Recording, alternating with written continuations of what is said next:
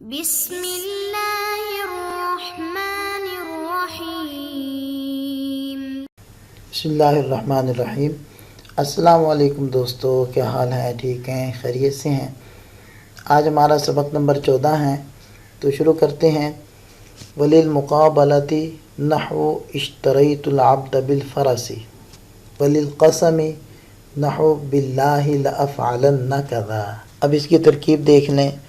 ترکیب تو بالکل ویسی ہی ہے جیسے کہ اس سے ملتی جلتی پہلے ترکیبیں گزری ہیں۔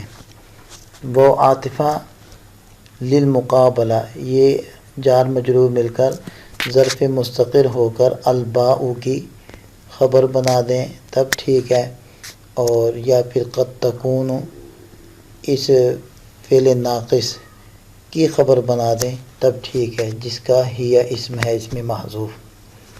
نحو مضاف ہو جائے گا، اشتریت فعل بفاعل، العبد مفعول به، بالفرس یہ جار مجرور اشتریت فعل کے متعلق، فعل اپنے فاعل متعلق مفعول به سے مل کر جملہ فعلیہ خبریہ ہو کر نحو کا مضاف الیہ ہو کر یہ مثال مبتدا کی خبر بن جائے گی، اور مبتدا خبر جملہ اسمیہ خبریہ ہو جائے گا۔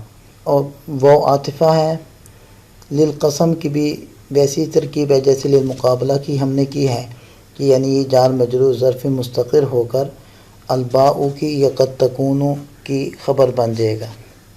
نحو مضاف اور باللہ با حرف جر لفظ اللہ مجرور، جار مجرور مل کر ظرف مستقر ہوں گے اقسم فعل، اقسم فعل اپنے فاعل اور باللہ متعلق سے مل کر جملہ فعلیہ انشائیہ ہو کر بن جائے گا قسم، اور لأفعلن یہ فعل بفاعل ہے، متکلم کا صیغہ ہے، اور قضا اس میں کنایہ اس کا مفعول بھی ہے، تو فعل اپنے فاعل اور مفعول بھی سے مل کر جملہ فعلیہ خبریہ ہو کر یہ جواب قسم، قسم جواب قسم سے مل کر یہ جملہ فعلیہ انشائیہ ہو جائے گا۔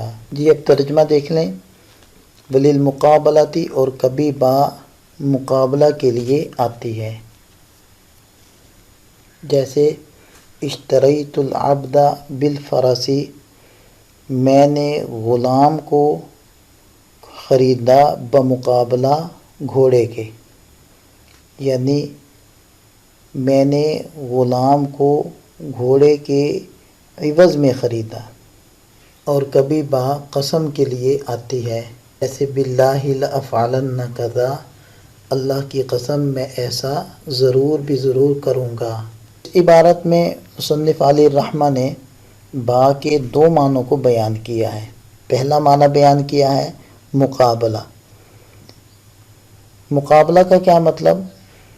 یعنی با کا جو ماقبل ہوگا، یعنی پہلے والا اسم ہوگا، اور اسی طرح با کے ایک مابعد اسم ہوگا، تو با کا مابعد اسم با کے ماقبل اسم کے مقابلے میں یعنی عوض میں ہوگا۔